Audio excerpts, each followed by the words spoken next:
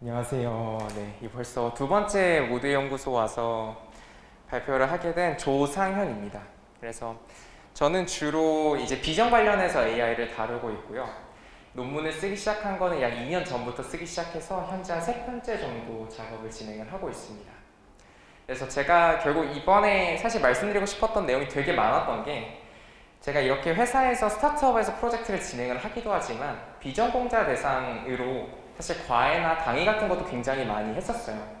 한 5년 정도 지금도 하고 있고, 그러다 보니까 자연스럽게 AI를 배우고 싶은 사람이 많다는 거 너무나도 잘 알고, 실제로 AI가 유행하지 않을 때부터 사실 시작한 입장에서 그 AI 툴이 발전하는 게 사실 체감이 되거든요. 그러다 보니까 누구나 할 수 있다는 생각도 참 들어요. 굳이 깊이 있는 공부를 위해서는 당연히 배경 지식이 많이 필요하지만, 사실 파이썬 하나만 잘 다루고 이해만 하고 있더라도 충분히 구현할 수 있는 것들도 많다고 생각하거든요. 그래서 이번 발표를 통해서 제가 이제 어떻게 성장을 했었는지 좀 말씀을 드리고, AI가 앞으로 어떻게 방향 발전을 할 것 같은지 그거에 대한 좀 개인적인 생각을 좀 주로 말씀드리겠습니다. 그래서 짧게 그냥 제 소개를 잠깐 드리면, 이제 기타 페이지에 있는 링크를 가져왔습니다. 그래서 일단은 현재 OGKGYN이라는 회사에서 17년 7월부터 현재까지 근무를 계속하고 있고요. 주로 프로젝트는 이런 CCTV나 우리가 알고 있는 영상 관련된 좀 분석 관련된 업무를 주로 하고 있습니다. 그래서 스타트업이고요. 그래서 스타트업 초기 생성되고 첫 AI 연구원으로서 계속 현재까지 근무를 좀 하고 있고, 뭐 지금 같은 경우는 드론에서 찍은 실종자 수색도 서포트를 하거나, 아니면 수도시설에서 발생하는 지능형 안전관리 시스템을 개발을 하거나, 그 다음에 다중 언어를 지원하는 태깅 API, 예를 들면 뭐 인스타그램에 달아주는 해시태그 같은 거를 AI로 자동으로 생성을 한다거나, 뭐 마지막으로는 최근에는 퀀타이제이션까지 진행을 하면서 저희가 알고 있는 이런 하드웨어 SoC 칩 같은 곳에서도 AI를 구동하는 업무까지 현재 진행을 하고 있습니다. 그 다음에 뭐 강의 같은 경우는 주로 비전 공자분들, 나는 웹이나 앱을 알고 있는데 여기서 AI도 같이 배우고 싶다, 또는 뭐 스테이블 디퓨전 엄청 잘 나가는데 나도 한번 써보고 싶다, 뭐 그 외에 이제 대학원생 분들 중에서 AI 전공이 아니지만 교수님의 과제의 의도나 또는 요구사항에 맞춰서 갑자기 AI를 시작하는 분들 대상으로 주로 진행을 하고 있고요. 나머지는 뭐 VOD, 일반적인 그냥 영상 촬영이나 대규모 과외를 진행을 했었습니다. 그리고 마지막으로는 뭐 첫 번째 논문을 계기로 이후에 이제 리뷰어로서 인비테이션 조금 와서 그럴 때마다 가끔 리뷰어로 조금 오래 활동을 좀 했었고요. 현재는 2편의 논문을 완성을 했고, 첫 번째 논문은 사이테이션 34로 그래도 나름 높은 인용수를 달성했다고 스스로 뿌듯해하고 있습니다. 네, 그래서 총 성장 과정에 대해서 잠깐 말씀드리려고 했는데, 사실 AI를 시작하기 전이다 보니까 너무 많은 슬라이드를 사실 차지하고 싶진 않았어요. 그래서 어떻게 했었고, 기존에는 AI를 시작하기 전에는 무엇을 했었는지, 어떻게 공부했었는지 좀 말씀드리고 싶어서 이 딱 한 장에 다 담아보자, 이런 취지로 준비를 했었는데요. 아시는 분들도 있겠지만 저는 기본적으로 그 처음에 타이틀이 거꾸로 배우는 인공지능이라고 썼던 것처럼, 사실 내가 이거를 알고 있기 때문에 이런 프로젝트를 시작한다는 게 단 한 개도 없었어요.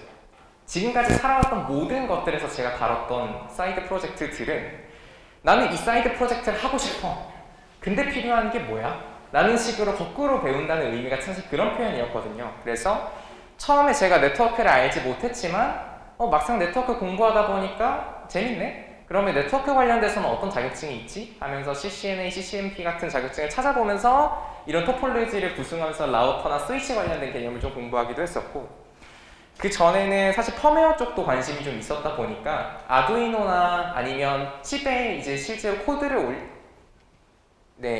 올려서 동작시키는 그런 것도 좀 했었거든요. 아트메가 128이라고 아시는 분들도 계실지 모르겠지만, 그런 칩에 코드를 올려서 동작시키는 그런 작업도 하면서 회로 설계에 대한 경험도 좀 했었고요. PCB 라우팅 같은 것도 뭐 의도치 않게 어쩌다 한 번씩 해보면서, 이런 건 내 길이 아니다, 나는 완전 소프트 프로그래밍 같은 걸 좀 집중적으로 하고 싶은데, 당시에는 리버스 엔지니어링이라고 혹시 들어보신 분이 계실지 모르지만, 약간 이미 저희가 컴파일이 완성된 프로그램들을 역으로 뜯어보는 걸 말해요. 그러면 어셈블리어나 C 언어 같은 계열의 사실 학습이 좀 필요하다 보니까 그쪽에 갑자기 또 흥미가 생겨서 이런 실행 파일을 뜯어보면서 실제로 이제 사실 프로그래밍이나 아니면 다양한 언어에 대해서 좀 많이 넓히게 되는 계기였던 것 같습니다. 사실 깊이 있게 시작했다고 전혀 말을 할 수 없는 수준이지만 그래도 내가 하고 싶은 게 있었고 그 하고 싶은 걸 항상 찾아가면서 그거에 맞는 공부들을 스스로 했다는 점들을 우선 말씀을 드리고 싶었고요. 이제 2017년 제가 처음에 AI를 시작하게 된 계기는 알파고였습니다. 그래서 알파고 대회가 한창 핫할 때 비슷한 맥락으로 내가 네트워크도 해보고 이런 리버스 엔지니어링도 해보고 악성 코드도 좀 다뤄보고 분석도 해보면서 이런 배경도 가지고 있는데 한번 이번에는 새롭게 AI를 한번 다시 해볼까? 라는 마음으로 AI를 시작을 하게 됐습니다. 네, 그래서 AI 관련돼서 사실 공부를 하고 취업할 수도 있겠지만 처음에는 스타트업으로 가려고 했어요. 왜냐하면 대기업이나 스타트업에서 고민을 되게 많이 했었는데 대기업을 가면 내가 약간 부품처럼 어떻게 보면 아무래도 지금 너무나 잘하고 계신 분들이 계시다 보니까 제가 할 수 있는 포션이 굉장히 적을 거라는 걸 이미 생각을 당시에 했었고 스타트업에 가면 당장의 페이는 좀 부족할 수 있겠지만 그래도 제가 할 수 있는 건 마음껏 할 수 있겠다. 워낙 자유로운 성격이 좀 많다 보니까 하고 싶은 걸 하고 싶었어요. 그래서 스타트업에 입사를 해야겠다라고 결정을 했고 당시에는 사수가 사실 있는 줄 알고 갔습니다. 근데 가보니 AI를 시작을 한다고 하더라고요. 그래서 그러면 이렇게 된 거 나도 AI 한번 해보지 뭐 라는 마음으로 시작을 했었고 그때가 이제 17년 7월부터 시작을 했습니다. 그래서 뭐 아래쪽은 깃허브에 사실 데일리로 올려가면서 중간중간 여행을 가거나 뭐 쉬거나 하면 좀 놓치긴 해서 조금 아쉬운 건 있지만 나름의 잔디라는 걸 좀 구축하기 위해 좀 노력을 했었고요. 그 다음에 제가 주로 회사에서 맡았던 업무들은 사실 당장 가자마자 논문을 쓸 수는 없었습니다. 하지만 제가 가지고 있던 가장 큰 강점은 코딩을 그래도 나름 빠르게 하는 건 있었어요. 잘한다고는 못하겠지만 빠르게 했었습니다. 그래서 내가 필요한 게 있으면 코드를 굉장히 빠르게 쭉 짜는 나름의 집중력도 있었다고 생각은 하는데 그러다 보니까 자연스럽게 논문을 보고 구현하는 게 사실 좀 편하더라고요. 물론 논문을 읽을 때 영어도 부족하고 수학도 부족하고 이런 기초 관련된 부분이 부족하다 보니까 굉장히 어려움이 많긴 했지만 내가 이해한 거는 무조건 코드로 구현할 수 있다는 사실 확신은 있었습니다. 그리고 그거를 만들기 위해서 이런 논문들을 하나하나씩 구현을 하기 시작했어요. 그래서 빨간색으로 제가 표시해 놓은 거는 지금은 사실 파이터치랑 텐서플로우 그리고 좀 전에는 뭐 케라스까지 굉장히 유행했었는데 제가 이 AI 연구를 시작할 당시에는 카페가 그렇게 유명했었어요. 그냥 너도 나도 카페를 활용을 했었고 그걸로 API를 만들어다 보니까 C, C++로 개발을 하기에는 뭐가 너무 부담스러운 거예요. 나 당장 AI도 잘 모르는데 C나 C++로 메모리 관리까지 하면서 하려니까 좀 부담이 돼서 파이썬 제공하는 그냥 텐서플로우를 시작을 좀 가볍게 해보자. 그래서 텐서플로우 관련된 전공 책들을 좀 짧게 구매를 하면서 읽어보면서 동시에 뒤에서 또 말씀드리겠지만 수학이랑 영어적인 부분도 좀 보완을 같이 했었고요. 그럼과 동시에 이제 논문 나오는 거 있으면 회사에서 써야 되는 논문이다. 그리고 한번 회사 진 프로젝트의 성능 개선으로 도입할 만한 논문이다. 그럼 일단 그냥 다 냅다 구현했어요. 그냥 다 냅다 구현해서 깃허브에 올리기도 하고 다른 사람들이 커멘트를 남겨주면 생각보다 친절하게 하고 싶었는데 마음처럼 안 되더라고요. 그래서 자주 답변은 못했는데 그래도 최대한 답변 드리려고 노력을 했었고 또 예를 들어 이번에 레티나 페이스나 이런 뭐 GIO처럼 디텍션 관련돼서 좀 많이 찾아볼 때는 디텍션 관련돼서 사람들이 수요가 많구나. 그러면 디텍션 쪽도 회사 프로젝트랑 관련이 있으니까 좀 구현해서 올려봐야겠다. 이런 마음으로 올리기도 했었고 뭐 논문이 코드가 구현이 된 것도 많았는데 안 된 것도 되게 많더라고요. 생각보다 적용을 하려고 보니. 그리고 내가 원하는 언어랑 다른 경우도 많고 그래서 그런 경우들은 약간의 반항심도 살짝 있어서 카페? 다 텐서플로우 바꿔버릴 거야. 약간 이런 욕심으로 다 텐서플로우로 바꿔가면서 어떻게 보면 논문 구현에 굉장히 익숙해졌었습니다. 네, 그래서 이제 이런 논문을 구현하는 과정을 통해서 스스로 이런 논문을 구현을 하는 거에 대한 좀 자신감이 많이 붙었었고 생각보다 파이썬으로 라이브러리 지원이 잘 되다 보니까 그렇게 허들이 높진 않구나 라는 생각도 하게 됐었습니다. 네. 그러면서 아까 제가 사이드 프로젝트를 처음에 많이 했다고 말씀드렸었잖아요. 사실 이때도 똑같이 이어졌습니다. 지금 여기 왼쪽에 나와 있는 프로그램은 제가 플라스크, 파이썬에 있는 플라스크를 활용해서 가끔 논문 혹시 다들 한 번씩 다 찾아보시지 않았나요?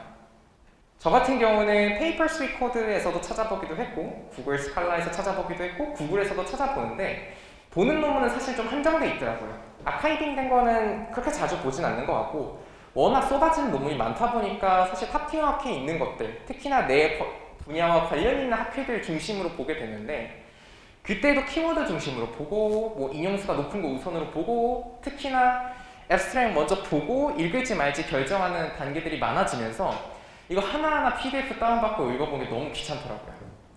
그래서 그냥 학회에 공개되어 있는 사실 크롤링이 다 되긴 하더라고요. 코드 조금씩 바꾸고 하면 크롤링이 되니까 그냥 싹 다 크롤링해서 내가 데이터베이스 형태로 만들고 내가 원하는 키워드를 입력하면 그 키워드랑 관련된 모든 논문들을 이렇게 PDF 파일로 모아주는 프로그램을 만들어 보자.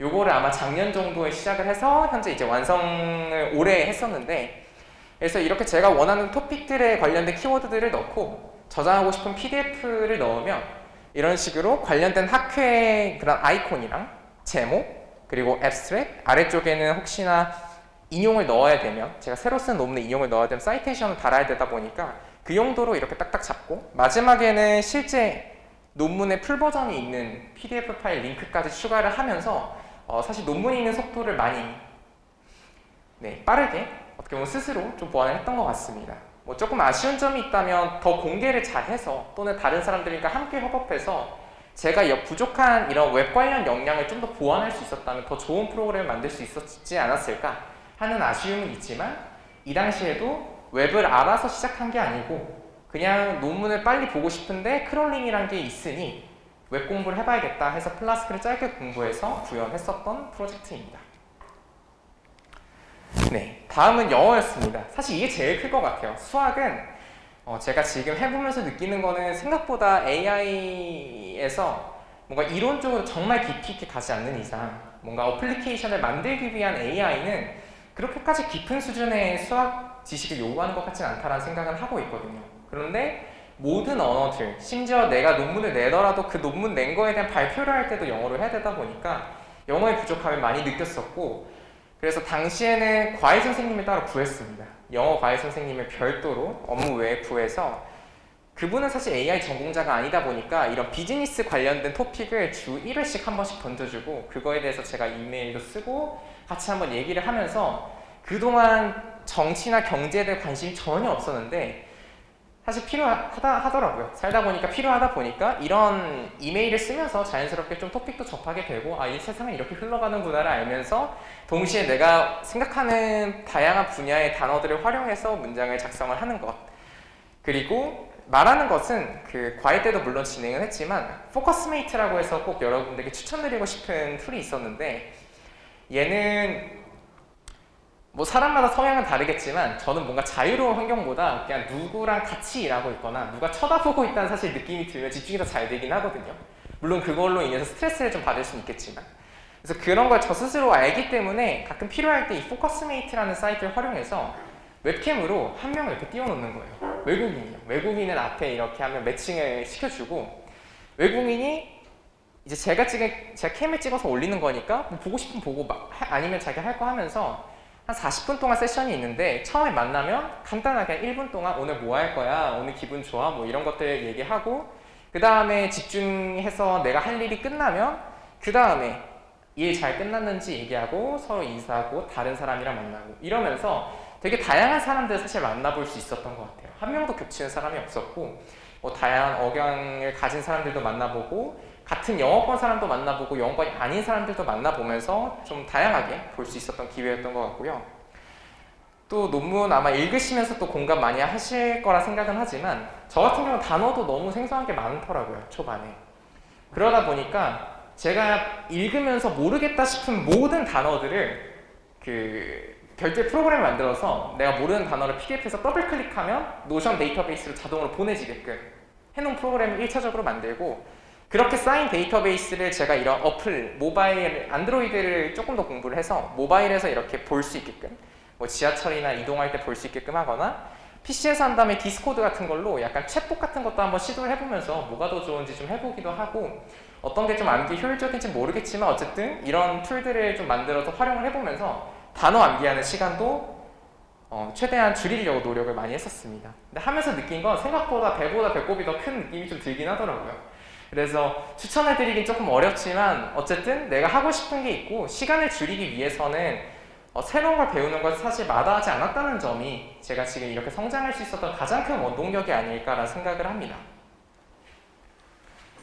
네, 뭐 그 외에는 이렇게 외부에서 하다 보니까 강의 활동을 하게 되거나 대부분 이제 비전공자분들 대상으로 제가 알고 있는 내용을 좀 설명하는 시간을 많이 가졌었고요. 그 다음에 최근에 처음 논문을 쓰게 된 계기는 회사에서 똑같이 데이터 라벨링 같은 걸 하는데 시간이 너무 많이 드는 거예요. 이거 한 장 할 때마다 거의 뭐 여기서는 제가 정확한 공식 논문에 있는 시간으로 기재하다 보니 240초를 썼는데 실제로 비슷하게 소요가 됐었어요. 데이터에 화제가 있는 불꽃마다 세그멘테이션을 해서 검출을 해줘야 되는 문제였는데 이걸 한 장 한 장 하는 240초씩 들고 이거를 사람한테 맡기자니 퀄리티도 보장이 안 되고 심지어 돈도 많이 들고 시간도 많이 들다 보니까 이거 안 되겠다. 관련된 연구가 있나 찾아보자 하니까 이런 위클리 슈퍼바이드 러닝이라고 해서 그 라벨링 시간을 크게 줄일 수 있는 연구가 있더라고요. 그래서 처음에 이제 이 연구를 계기로 논문을 한번 써봐야겠다라는 결정을 했었고요. 아무래도 AI 스타트업으로서 기술적인 좀 어필을 하기 위해서 논문도 사실 필요하더라고요. 시니어를 채용하기에는 그 스타트업 특성상 사실 구하기 좀 어려웠던 부분도 있고 금액적인 부분도 안 맞는 경우가 많다 보니까 그래서 논문을 쓰기로 결정을 했었습니다. 그래서 당시 12월에 논문을 20년 12월 초에 논문을 쓰기로 시작을 했었고요. 막상 시작해보니까 논문 구현은 잘해서 자신감은 되게 많았는데 아이디어 내는 것마다 사실 다 실패를 하더라고요. 그래서 누군가에겐 짧다고 볼 수도 있고 누군가에겐 길다고 볼 수도 있겠지만 12월 초부터 아이디어를 한 4-5개를 한 달 동안 실험을 다 돌려보면서 다 실패를 했어요. 그래서 마지막에 같이 좀 도와주시는 그러니까 회사 시간, 업무 외의 시간을 활용해서 논문을 썼기 때문에 그 시간을 같이 도와주시는 박사님과 얘기를 하면서 못하겠다. 이거 아이디어 하는데 다 실패하니까 약간 자신감이 좀 많이 없다. 그래서 이거 그냥 그만할까라고 여쭤보니까 딱 하루만 쉬어보고 다시 한번 조금만 더 해보자 하셔가지고 딱 하루 쉬고 다음날 이제 생각을 정리하면서 시작을 하면서 그동안 이제 틀렸던 것들을 복기를 좀 하는 시간을 좀 가졌었어요. 아무래도 멘탈적인 정리가 되다 보니까 기존에 있었던 복기를 하면서 조금 아이디어를 보완한 끝에 1월 2일 날 마무리했었고 당시에는 첫 논문이다 보니까 좀 부담을 줄이기 위해서 4장짜리 페이퍼를 썼었거든요. 그래서 일주일 정도 할애를 해서 최종적으로는 논문을 완성을 했었습니다. 그래서 당시에는 오버리프라는 것도 처음 써보고 인용도 처음 해보고 그동안 비즈니스 메일을 많이 썼지만 아카데믹한 스타일의 라이팅을 하려고 하다 보니까 좀 어려움이 많긴 했지만 그래도 사실 시간대 보면 거의 새벽 시간대도 많거든요. 아무래도 업무 퇴근 후에 기본적으로 하고 있었던 과외나 강의 후에 논문도 이어서 썼다 보니까 새벽 시간대에 많이 활애를 하면서 코멘트 남겨주시면 다시 제 시간대 때 답변드리고 이런 식으로 보완을 해서 다행히 논문 시간에 맞춰서 좋은 결과를 얻을 수 있었습니다. 네, 그래서 아카이브에 처음 논문을 그때 당시에 올리게 됐었고요. 논문을 올리고 억습이 되다 보니까 실제로 학회 이런 포스터도 다른 사람들 거 사실 굉장히 많이 찾아보았었거든요. 거의 한 150편 가까이 포스터를 막 찾아보면서 나는 어떻게 만들어야 되나 이런 템플릿을 정하면서 기록을 했었고 옆에는 발표를 해야 되는데 너무 어색한 거예요. 영어로 막상 발표를 하는데 듣는 청중도 뭔가 영어권이 아닌 사람들도 섞일 거고 영어권인 사람들도 있을 테니까 그래서 한 슬라이드마다 다 녹음을 했어요. 다 영상을 찍어서 녹음을 해보고 어색한 거나 이런 걸 다 이제 보완을 해서 합쳐보는 식으로 발표도 마무리했었습니다. 그리고 이 당시에는 사실 코로나라서 다행인지 아닌지는 잘 모르겠는데 지금 생각하면 너무 아쉽지만 다음에는 사실 당시엔 좀 마음이 편했어요. 그래서 코로나가 워낙 유행하다 보니까 학회를 못 가겠더라고요. 그래서 어쩔 수 없이 게너타운이라는 걸 활용해서 이렇게 당시에 7번 부스를 지키고 있었고 지키면서 좀 특이했던 건 생각보다 아이디어가 되게 간단했었거든요. 그러다 보니까 사람들이 되게 많이 와서 질문해 주셔서 그때 거의 6, 7명 정도랑 2시간 동안 같이 얘기를 하면서 어색한 것도 많고 잘못한 것도 많고 잘못 이해한 것도 많았지만 그래도 제가 연구했던 내용을 다른 사람들한테 설명을 하면서 그 사람들이 나에게 또 이런 건 어떨까라는 아이디어, 새로운 제안도 주고 그거에 대한 답변도 하면서 느끼는 과정들이 너무 즐거웠던 것 같아요. 그래서 논문에 대해서 다음 논문도 더 써야겠다라는 사실 결심을 했었고, 뭐 옆에 거는 실제로 참여했던 거에 대한 증서 같은 걸 줘서 그냥 옆에 첨부를 했습니다. 네, 그래서 똑같은 연구를 더 이어서 진행을 했었습니다. 아무래도 세그멘테이션이라고 하면 조금 이거 어디다 써? 약간 이런 느낌도 좀 많이 실제로 듣기도 했어요. IR 발표 같은 데서 이런 자료를 올리게 되면 듣기도 했는데, 결국은 세그멘테이션을 할 수 있다는 거는 웬만한 디텍션들은 어느 정도 커버가 가능하고, 뭐 한 사진 내에 여러 개의 객체가 겹쳐 있는 경우는 조금 한계점이 있긴 하지만 사실 풀 수 있는 방법들은 되게 많이 있거든요. 그래서 결국은 비전 관련돼서 다 공통적으로 사용하는 세그멘테이션 기술을 연구한다는 측면에서 실제로 요 가운데 게 사람이 이 해당 이미지를 보고 불꽃에 대해서 만들었을 때, 그리고 옆에가 제가 이제 두 번째로 만든 RSCPM이라는 논문의 결과입니다. 그래서 결국은 사람당 소요되는 시간을 사실 크게 줄이면서 저희 쪽에서도 개발 속도에 좀 박차를 가할 수 있었고, 기존의 논문에 대한 고도화도 함께 진행을 하면서 고도화를 함께 진행을 했었습니다.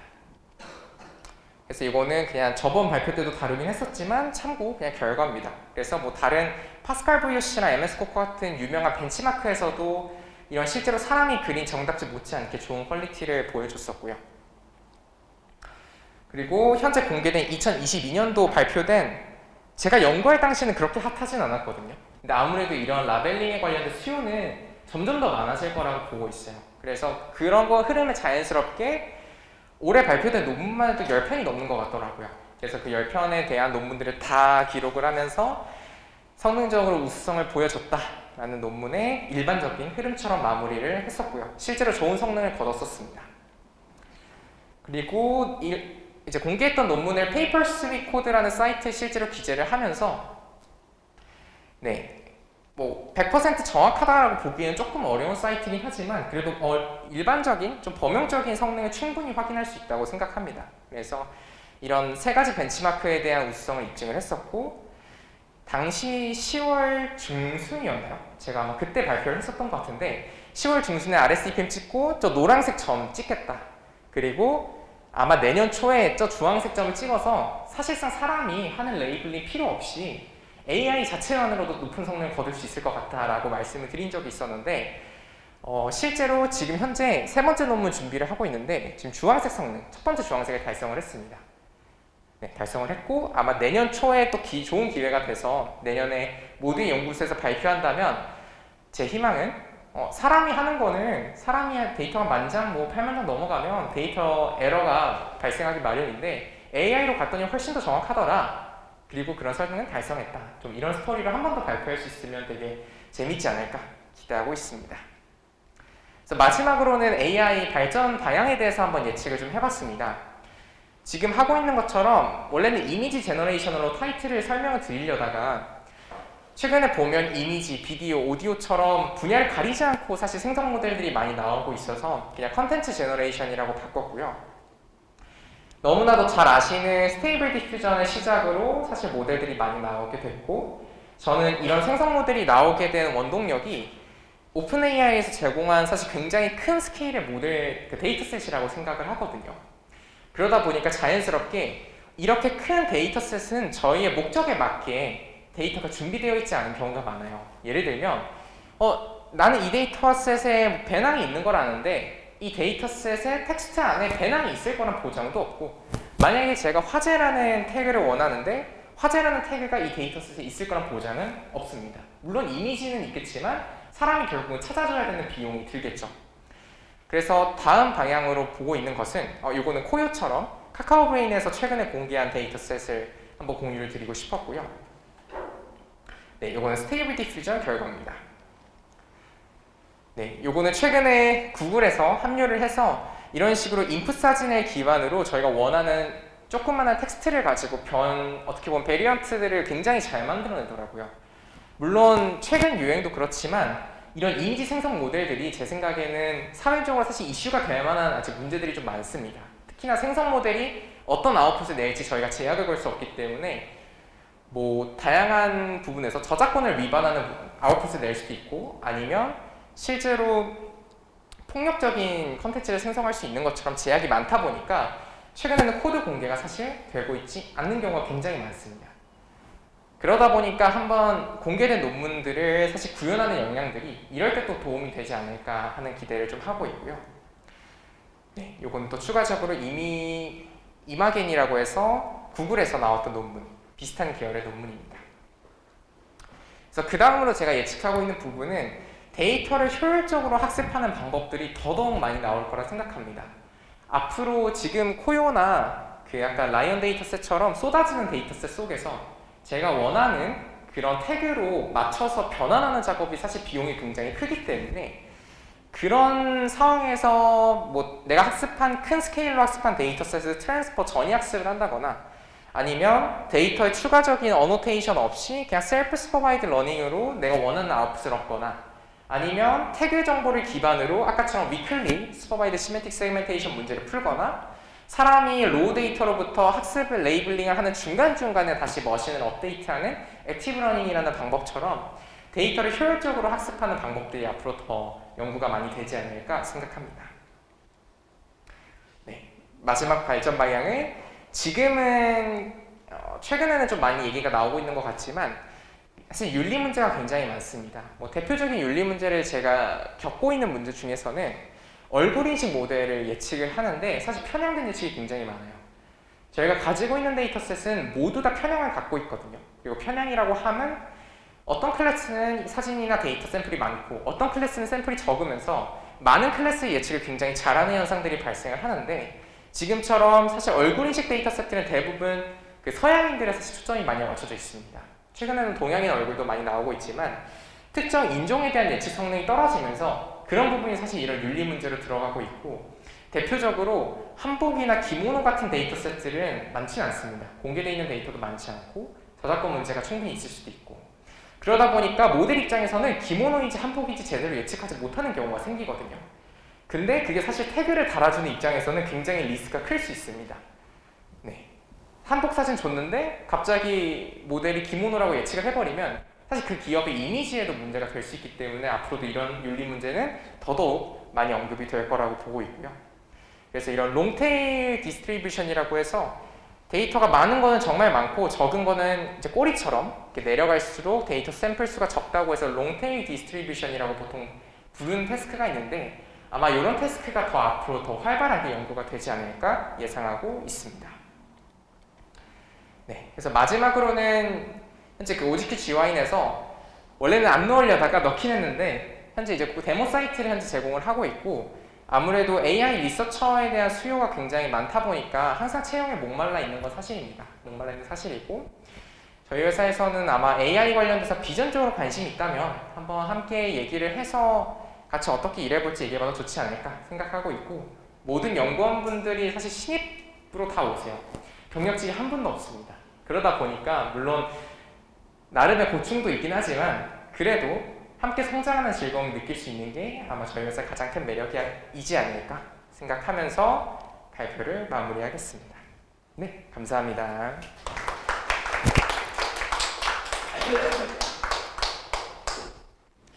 멜가스터디 교육에서 여러 가지 일을 하고 있는 최의진이라고 하고 오늘 다들 만나서 반갑습니다. 상은님께서 방금 강의 주제를 설명하실 때 거꾸로 배우는 AI라고 말씀해 주셨는데 들으면서 저도 되게 비슷한 상황이었다라고 생각을 해요. 그래서 간단하게 소개를 드리면서 뭐 여러 가지 논문 어떻게 쓰게 됐는지 그리고 약간 이런 괴짜 같은 사람도 살고 있구나 약간 이런 느낌으로 발표를 진행해 보려고 합니다.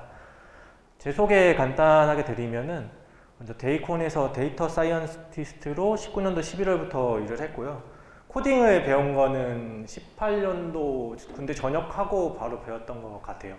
근데 이제 파이썬을 처음 배우면서 상현님이 말씀해 주신 것처럼 저는 배움에 있어서 경계를 두지 않았었던 것 같아요. 수학이 필요하면 수학을 배웠었고 영어가 필요하면 영어를 배웠었고 그때 뭐 주식 투자도 해보고 싶어서 주식에 관련된 파이썬 코딩도 배웠었고 인공지능이라고 하는 것 자체에 대한 개념도 몰랐기 때문에 그냥 텐서플로우라는 것도 배웠었고 뭐 여러 가지 배우다 보니 어느 순간 길이 보이기 시작을 하더라고요. 그러면서 AI가 되게 재밌다라는 걸 느껴서 AI 관심이 생겨서 데이콘이라는 회사에 입사해서 이제 경진대회를 호스팅하는 프로젝트 매니저로 일을 했었고요. 그 다음 회사는 이제 메가스터디 교육에 현재 일을 하고 있는데 현재는 이제 음성인식 모델을 활용한 영상 자동 자막 시스템을 연구 개발하고 있고 OCR 모델을 활용한 유사 문제 검색 시스템을 개발하고 있고 문항DB를 활용한 초개인화 문제 추천 시스템을 개발하고 있습니다. 보시면 알겠지만 약간 음성인식, 이미지 컴퓨터 비전, 그리고 이제 ML 쪽, 그리고 자연어 처리도 관심 있게 하고 있습니다.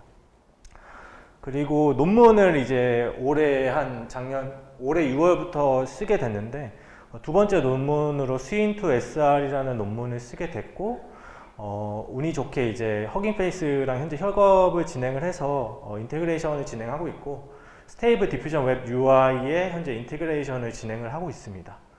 그리고 현재 캐글 마스터로 활동하고 있고요. 다양한 경진대회 참가하는 거를 좀 좋아해서 경진대회 여러 번 취미로 참가를 하고 있습니다. 논문을 쓰게 된 계기를 설명을 하려면은 제가 회사에서 어떤 프로젝트를 하는지에 대해서 먼저 설명을 좀 드려야 될 것 같은데요.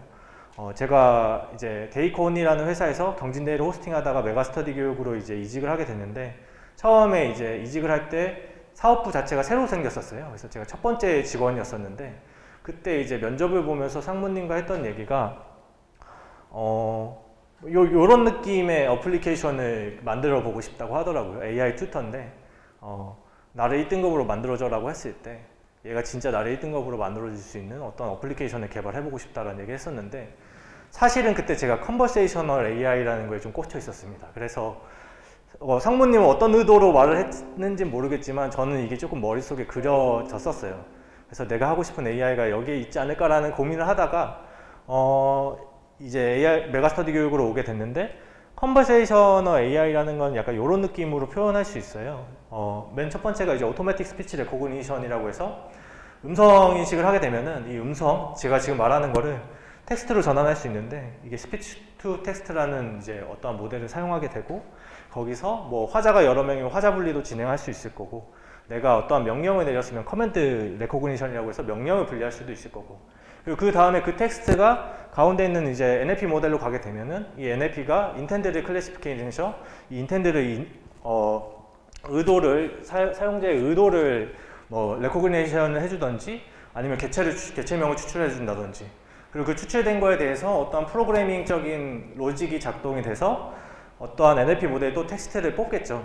그리고 그거에 대한 이제 음성을 합성을 해서 보여주는 시스템 뭐 이런 게 제가 그때 좀 관심 있었던 컨버세이셔널 AI의 정의였었고 그래서 회사에 처음에 이 사업부에 들어와서 음성 인식을 활용한 이제 영상 자동 자막 시스템이라는 프로젝트를 처음 시작하게 됐고 뭐 챗봇도 조금씩 이제 진행을 하게 됐고 이제 서비스 기획과 맞물려서 음성 합성에 대한 시스템 연구 개발을 또 진행을 했었습니다. 이거 자체는 근데 굉장히 오픈소스로 연구가 많이 되고 있고 앞으로 이걸 이끌 기업들이 되게 많다고 봐요. 하지만 AI 튜터로 갔을 때는 뭐 또 OCR을 활용한 유사 문제를 검색해 준다든지 아니면은 문항이 여러 개 있을 때 이 문항과 유저의 히스토리를 활용해서 초개인화된 문제를 추천을 해준다든지 아니면은 이 시스템 전반에 다 붙인 시스템을 만든다든지 요거에 대해서는 당장은 어렵지만 먼 미래에는 가능하지 않을까라는 생각을 계속 가지면서 일을 했었고 그러다 보면은 이제 언젠가는 헬로 AI 튜터라는 걸 우리가 말할 수 있지 않을까. 사실은 튜터보다는 이런 컨버세이셔널 AI 시스템을 만들고 싶었었어요. 근데 그런 와중에서 저는 이제 18년도에 코딩을 처음 시작했고 저는 이제 화학을 전공했었습니다. 그리고 그런 과정에서 이게 사실은 저희 비전공자들은 리서처와 엔지니어 사이를 되게 많이 오가게 되는데 그러면서 이 논문은 결국에는 넘어야 될 산 중에 하나였던 것 같아요. 이게 내가 논문을 쓰던지 아니면 아예 외면을 하던지 석사를 따던지 뭐 여러 가지 방법이 있지만 결국에는 논문을 넘어갈 수는 이 논문이 내가 이 업계에 있을 때 지나칠 수 없는 어떠한 문턱이 되겠다라는 거를 그냥 마음으로 하나 가지고 있었어요. 그 와중에 저는 또 경진대회를 참가하는 걸 좋아했어서 이제 우연치 않게 이제 음성인식 프로젝트를 진행하면서 음성인식 관련된 케글의 대회가 열리게 됐었습니다. 이제 벌드 CLEF라는 대회인데 이제 새소리를 디텍션하는 대회였어요. 근데 그 당시 제가 음성인식 프로젝트를 사내에서 진행하고 있어서 조금 더 음성에 대해서 깊게 파보고 싶다라고 해서 대회를 참가했었고, 이 대회에서는 이제 만약에 옵셔널하게 워킹 노트를 제출할 수 있는데 제출해볼래?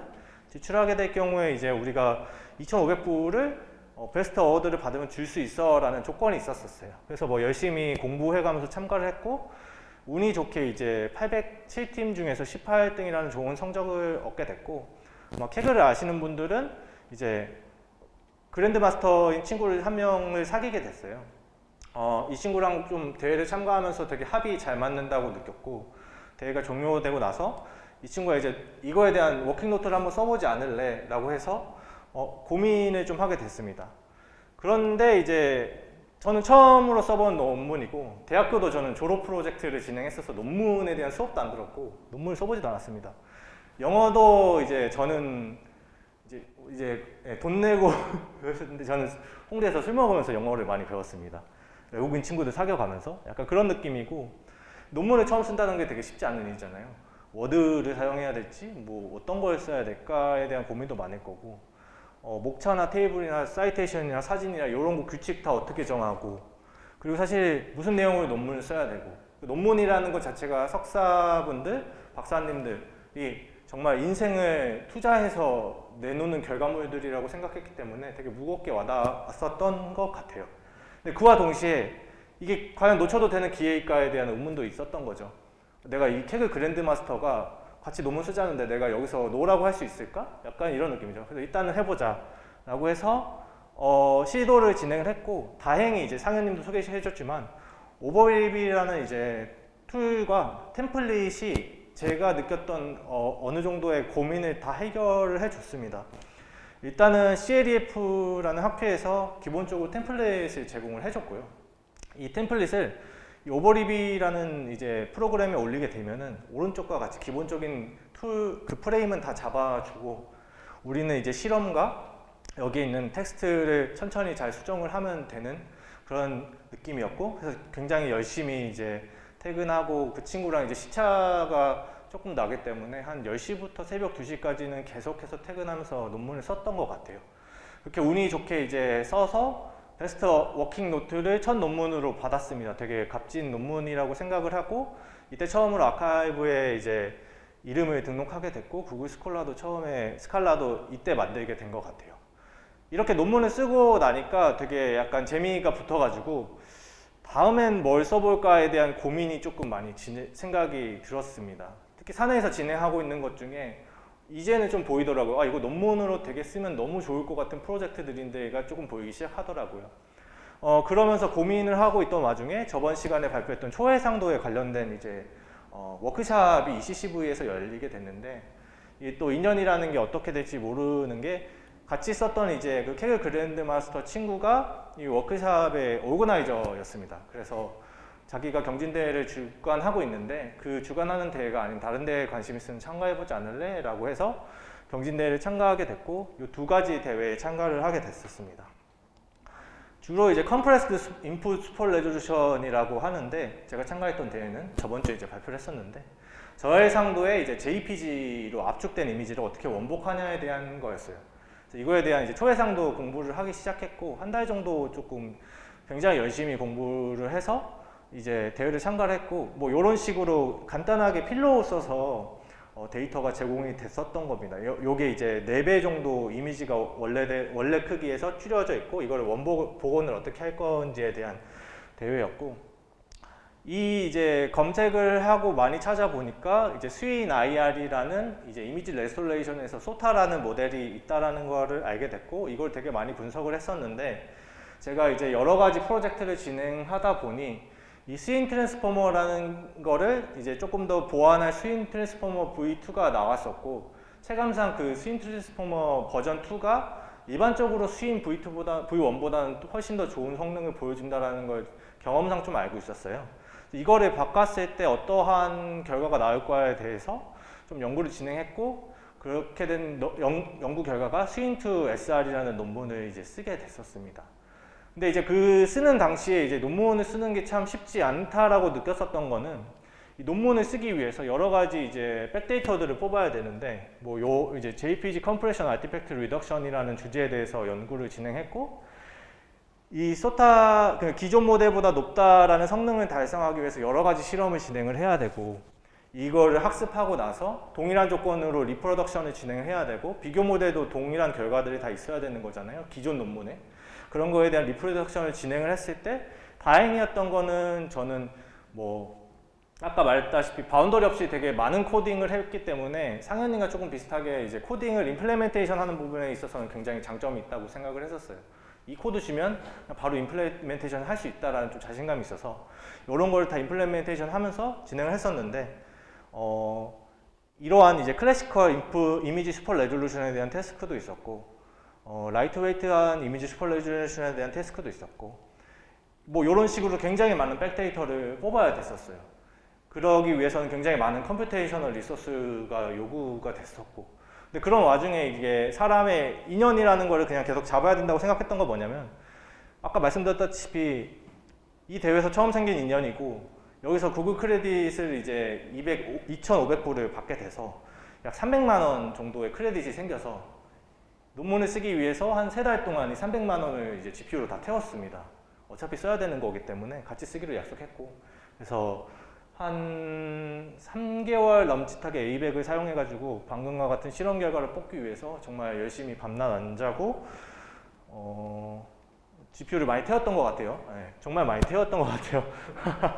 네, 다행히 어차피 써야 되는 거였기 때문에 크레딧을 잘 썼던 것 같습니다. 근데 이제 쓰고 나서 제가 인스턴스를 삭제를 안 했는데 그러니까 정지를 시켜놓는데 디스크가 살아있어가지고 50만 원인가 추가로 내라고 하더라고요. 결론적으로 이제 빌어가지고 이제 내진 않았습니다. 뭐 그래서 이러한 식의 논문이 한 편이 나오게 됐고 굉장히 많은 노력을 통해서 나왔다라는 거를 조금 그러니까 석사나 박사분들이 많은 노력을 하고 있다라는 걸 좀 알게 됐었어요.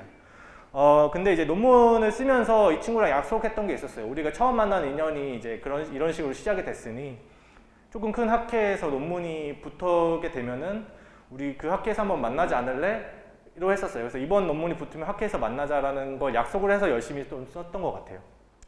막상 붙고 나니까 이제 가야 되잖아요. 이스라엘인데 비행기만 한 22시간이 걸리더라고요. 그래서 고민을 하다가 아까 제가 처음에 설명을 드렸다시피 사업부에서 비슷한 고민이 있었어요. 제가 첫 사원이기도 하고 사업부에서 언젠가 한번 논문을 써야겠다라고 생각을 했고 사실 요거에 대한 내용도 미리미리 다 이제 회사에 공유를 해서 논문에 관한 프로젝트를 진행하고 있다고 해서 회사에 이제 얘기를 해서 이스라엘에 가게 됐고요.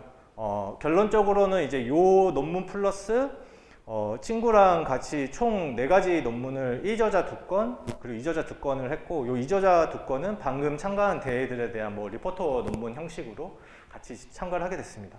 그리고 이제 친구랑 약속했던 걸 지키기 위해서 약 22시간의 비행을 하고 실제로 이제 발표를 하기로 해서 ECCV에서 비행기에서 열심히 코딩이랑 발표 준비하고 가서 발표를 했습니다. 아쉽게도 이제 요 워크샵 같은 경우에는 버추얼로 진행이 돼서 버추얼로 발표를 진행을 했었는데 그래도 꽤나 값진 경험이었던 것 같아요. 저는 항상 뭘 배울 때 그 상황에 저를 던지거든요.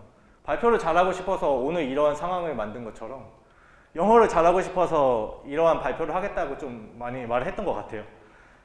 그래서 이제 옆에 있는 친구가 이제 그랜드 마스터인 마코스라는 친구고 오른쪽이 이제 지도교수이자 이번 워크샵을 개최하셨던 이제 교수님이셔서 만나가지고 좀 좋은 추억을 많이 만들고 이스라엘에서 복귀를 했습니다. 그러면서 이제 다음 프로젝트를 생각을 하게 됐어요. 친구랑 이제 다음에 CVPR이나 ICCV의 논문을 쓰자라고 이제 또 약속을 하고 CVPR 같은 경우에는 밴쿠버에서 진행을 하는데 우리 또 붙으면 밴쿠버에서 만나자라고 이제 약속을 했던 상황인데 그런 와중에서 저는 아까 이제 처음에 주제를 보시면 아시는 분도 있겠지만 선택과 집중을 해야 되는 시간이 조금 오게 되더라고요. 저는 이게 약간 제 메인 프로젝트가 아니었어요. 현업에서는 주로 이제 음성인식이나 OCR 관련된 프로젝트 진행하고 있었기 때문에 이 논문을 계속 쓰는 것 자체가 쉬운 일은 아니고 선택을 해야 되는 일이었던 거고 앞으로 계속 고민할 일인 것 같아요. 리서처 엔지니어가 될 거냐, AI 엔지니어가 될 거냐. 전 지금 사실 백엔드 개발도 하고 있는데 백엔드 개발자가 될 거냐.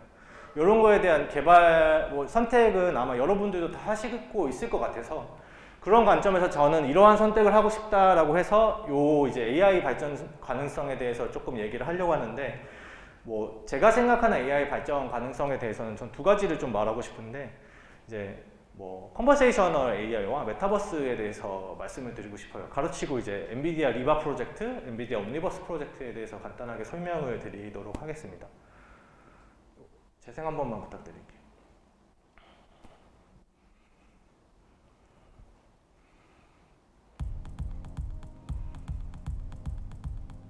What do we think we're looking at for Wednesday in terms of layout? 这个设计的整体结构图是 일반적으로 在 우리가 没有 알고 包装 있는 或是 그러한 模型前实现。 컨버세이셔널 AI가 맞습니다. 我们会需要一点时间改动。 Well, if you like, I can set you up with an optometrist 그리고 to get 이제 an eye exam. 음성을 That'd be 합성해주고 great. Okay, no 하는 problem. 그런 We'll get you 컨버세이셔널한 started with that. AI 프로젝트인데 I see Dr. 제가 Wu's 여기서 office 주목하고 is close 싶은 to your 거는 home. 이러한 She's really 컨버세이셔널 well rated. AI가 먼 미래에 있어서는 기본이 될 거라는 Is it 거죠. expected to rain tomorrow? 내가 어떤 서비스를 만들고 싶을 때 In San 일단 Francisco 컨버세이셔널 tomorrow, it AI는 is 여기에 not 일단 expected to 기본적으로 be 들어갈 수 raining. 있지 않을까라는 생각을 가지고 Will 있습니다. it snow in 엔비디아에서 Boston 진행하고 next 있는 이 week? 리바 프로젝트는 아까 이제 제가 In 설명드린 Boston next week, it 이런 is not 식으로 expected to 자동으로 be 진행을 snowing. 하게끔 하는 건데 Find us a Mexican restaurant. The nearest Mexican restaurant is Luna Mexican Kitchen located at 1495 The Alameda, San Jose. How's the weather in San 이런 식으로 자동으로 진행을 하는 건데 다음 페이지. What do we think we're looking at for Wednesday and 네. 이게 방금 제가 처음에 설명드렸던 이 부분이 이제 엔비디아의 리바 프로젝트에 대한 이미지이고 요 세 가지 음성 인식, 챗봇, 음성 합성 요거에 대해서는 엔비디아에서 제가 봤을 때 리드를 하게 될 것 같고 엔비디아에서 제슨이라는 이제 인베디드 환경에서 GPU가 붙어 있는 인베디드 디바이스를 사용하고 있는데 먼 미래에 제가 봤을 때는 이 제슨의 이 리바 프로젝트가 그대로 적재가 되지 않을까라고 생각이 들어요. 우리가 어떤 서비스를 진행할 때 컨버세이셔널 AI가 기본적으로 들어가 있고 그 컨버세이셔널 AI에 어떤 로직을 붙일 수 있느냐가 앞으로의 방향이 되지 않을까라는 생각을 하면서 그러면서 내가 AI 튜터를 하고 싶으면 이런 기술을 해야겠다라고 하고 있고 그와 동시에 제가 이제 엔비디아에서 최근에 옴니버스라는 에코시스템을 발표했는데 요거는 이제 메타버스 환경이에요. 엔비디아에서 옴니버스를 사용해서 메타버스를 만들 수 있다라고 하는 환경인데 제가 말씀드리고 싶은 거는 조금 테크니컬한 부분을 말씀드리고 싶은데 여러 가지 3D 툴 있잖아요. 마야나 얼리얼 엔진이나 유니티나 이런 것들을 옴니버스를 사용하면은 자동으로 이 옴니버스 프레임 그 에코시스템이라고 하는데 에코시스템에서 똑같이 사용을 할 수 있습니다. 그래서 어떠한 3D 툴을 사용을 하더라도 이 옴니버스에서 사용할 수 있는데 제가 주목하고 싶은 거는 여기 옆에 있는 이제 마이크로 서비스라는 거죠. 여기에 AI와 ML 파트랑 피직스나 여러 가지가 있는데 대부분의 AI가 여기에 제가 봤을 때는 많이 접목이 되지 않을까라는 생각이 들고 이거는 이제 엔비디아 옴니버스를 사용해서 드라이브 심이라는 거를 해서 이제 메르세데스 벤츠에서 디지털 트윈이라는 걸로 이제 자율주행에 대한 거를 실제로 이제 가상 환경으로 옮긴 프로젝트인데 영상 한 번만 부탁드리겠습니다. 제가 말하고 싶은 거는 카메라의 입장에서 리얼월드한 3D 데이터를 보는 것과 이 가상 환경에서의 가상 환경의 데이터를 보는 거에 대한 간극을 최대한 줄이면서 디지털 트윈을 하게 된다라고 가정을 하게 되면 이런 3D 오브젝트 디텍션을 우리가 가상 환경에서 연구하는 게 리얼월드랑 얼마나 차이가 있을까에 대한 고민을 할 수 있다라는 거죠. 그리고 내가 연구한 걸 바로 이러한 옴니버스 생태계에 플러그인으로 좀 넣을 수 있게끔 해주고 있거든요. 그러다 보니까 우리가 느끼기에는 이 디지털 트윈이라는 게 현재는 약간 애니메이션화 돼 있지만 모르겠어요. 모델 입장에서는 이게 리얼 데이터랑 약간의 차이만 있을 뿐이지 3D 오브젝트 디텍션을 하는 거는 큰 차이가 없지 않을까라는 생각을 가지고 있고 엔비디아도 조금은 비슷한 생각으로 이런 디지털 트윈이라는 걸 하고 있지 않을까라는 생각이 들어요. 그래서 이것도 한번 아이삭 심이라는 건데 요거는 자율주행이 아닌 이제 Successful development, training, and testing of complex robots for real-world applications demand high-fidelity simulation and accurate physics. Built on NVIDIA's Omniverse platform, Isaac Sim combines immersive, physically accurate, photorealistic environments with complex virtual robots. Let's look at 3 very different AI-based robots being developed by our partners using Isaac Sim. Fraunhofer IML, a technology leader in logistics, uses NVIDIA Isaac Sim for the virtual development of Obelix, a highly dynamic indoor-outdoor autonomous mobile robot, or AMR. 이런 식의 이제 이런 게 있다고 치면은 이런 식으로 우리가 알고 있는 여러 가지 디퓨전 모델들 같은 것도 다 적재를 하려고 하는 거죠. 널프가 이제 타임지 선정 올해 최고의 발명품이라고 일단은 뉴스가 나왔었는데 이 널프를 엔비디아에서 만들었고 엔비디아에서 옴니버스에 적용을 하고 있어요. 그래서 이것도 영상 한 번만 재생 부탁드리겠습니다. We are supercharging DriveSim with a neural reconstruction engine to enhance simulation with AI and data captured by the fleet. In a matter of minutes, the neural reconstruction engine can reconstruct a full 3D digital twin of a recorded drive from sensor data. Objects are harvested and reconstructed using AI. Large-scale asset and scene libraries are created from real-world drives. The reconstructed scenes and assets are loaded into Omniverse and are ready to use in DriveSim. Using NVIDIA Drive Map, we can place dynamic objects such as vehicles, as well as pedestrians. 그리고 다음으로 넘어가서 뭐 이런 식으로 NVIDIA Omniverse is a great new 3D collaborative platform that is very expandable with a number of third-party extensions. Today, I'm going to show you how to capture streams so that we can connect it all together. So here we are in my performance space. Today, we're going to use the Apple iPhone 12 Pro to run Capture Stream. If you want to know more about how to set up Capture Stream on your iPhone, there's a video right here that you can go to where we go through that in more detail. If you don't have an iPhone to run Capture Stream on, you can run it on a PC as well, as long as you have a webcam and an NVIDIA GPU-powered PC. I'll cover that as well in a separate video. For this demo, we're just going to use the iPhone. 그리고 아까 말했지만 Hi, in this tutorial we will have an overview of an example of Riva text-to-speech integration in Audio2Face. You can use its source code as an example to create your own applications which communicate with Audio2Face. The integration is done by means of the new Streaming Audio Player feature, which allows streaming audio data from external sources and applications via gRPC protocol. Let's open a demo scene where everything is already pre-configured for the streaming by going to Menu, Audio2Face, Open Demo Scene, Streaming Audio Scene. Here we have a streaming audio player connected to the regular Audio2Face pipeline. Riva TTS example is implemented as a separate extension. It is disabled by default, so let's enable it by going to Menu, Window, Extensions, search for Riva TTS, and enable it. Here we have a window of the Riva TTS extension. The extension handles textual requests, passes them to Riva TTS server, where the voice is synthesized, gets back audio stream, and passes it to our streaming audio player via gRPC protocol. Actually, at the moment, Riva TTS supports only female voice, so let's load the scene with a female character. But the logic with audio player is the same. Note that Riva TTS is a standalone service. You will need to set up your own Riva server or use a public one if available. Please 질의응답 시간 가지도록 하겠습니다. 감사합니다.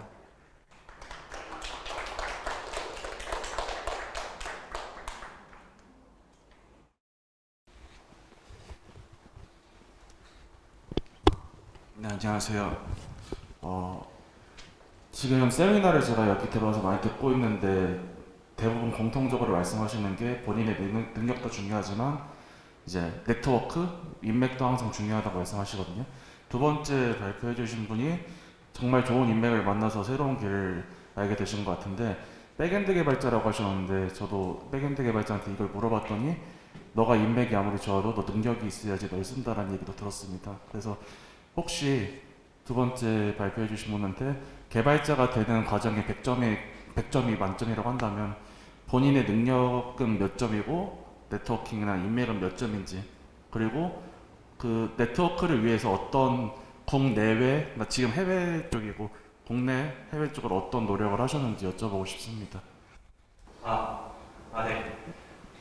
사실 100점 만점을 줄 수는 없지만 저는 일단 영어를 100점을 주고 싶고요.